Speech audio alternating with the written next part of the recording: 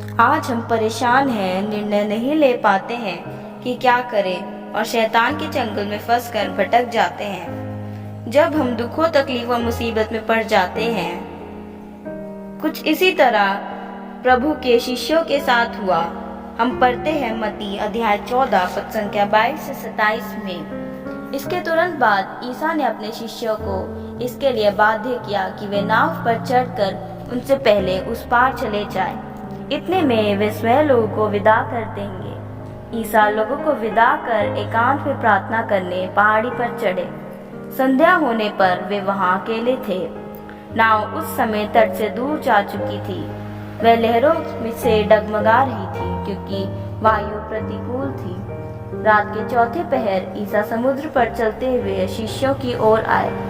जब उन्होंने ईसा को समुद्र पर चलते हुए देखा तो वे बहुत घबरा गए और यह कहते हुए, यह कोई प्रेत है, डर के मारे चिल्ला उठे। ईसा ने तुरंत उनसे कहा, ढारस रखो, मैं ही हूँ, डरो मत। जब हम भी प्रभु की इच्छा को समझ नहीं पाते तो यही कहते हैं कि यह भूत है, मेरे घर में शैतान का साया है। जैसे पेतरुस का विश्वास टूटा और वो डूबने लगता है, उसी तरह जब हम ईश्वर से दूर हो जाते हैं तो गिरने लगते हैं। यह जरूरी नहीं कि परमेश्वर हमें सजा दे रहा हो, परीक्षा भी हो सकती है। हम घबरा जाते हैं, सवाल करते हैं ईश्वर से, इस बीमारी, इस परेशानी, इस दुख तकलीफ में तू कहाँ है? इसी तरह हम नबी एलियस के बारे में पढ़ते हैं कि एलियस नबी ने क्या किया। उस समय के राजा को सच्चाई की खातिर कहा कि तू गलत है, तुम्हारे काम गलत है, पश्चाताप करो और ईश्वर के पास लौट आओ। तब राजा को क्रोध आया और उसने उसे पकड़वाने का आदेश दे दिया। एलियस अब खुदा से कहता है, हे ईश्वर, मैं तेरे लिए सच्चाई का प्रचार करता हूँ, अब तू कहाँ है?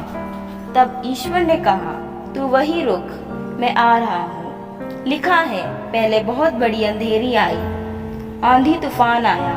एलियस ने कहा, खुदा आ गया है। आया तूफान और निकल गया, लेकिन खुदा नहीं आया। फिर जलजला आया और उसने कहा, खुदा अब आया, लेकिन खुदा नहीं आया। फिर आग आई, उसने कहा कि खुदा अब आया, क्योंकि आग के रूप में खुदा आता रहा है, इज़राइल से मिलने आता रहा है, लेकिन आग भी निकल गई। फिर उसके बाद ठंडी बारीक सी हवा आई। तब एलियस ने कहा, इसमें कहाँ से खुदा आ सकता है? जब तूफान में नहीं आया, जलजले में नहीं आया, आग में नहीं आया, तो अब कहाँ से आएगा? लेकिन पवित्र बाइबल में लिखा, खुदा आया और उसे बचाया। कई बार ईश्वर हमारे पास ले है, लेकिन हम उसे पहचान नहीं पाते। वह कभी हमें अकेला नहीं छोड़ता, क्योंकि वह स्वयं दुखों से होकर गुजरा है। प्रभु को पहचानिए, दुख का मर्म समझिए। आमीन।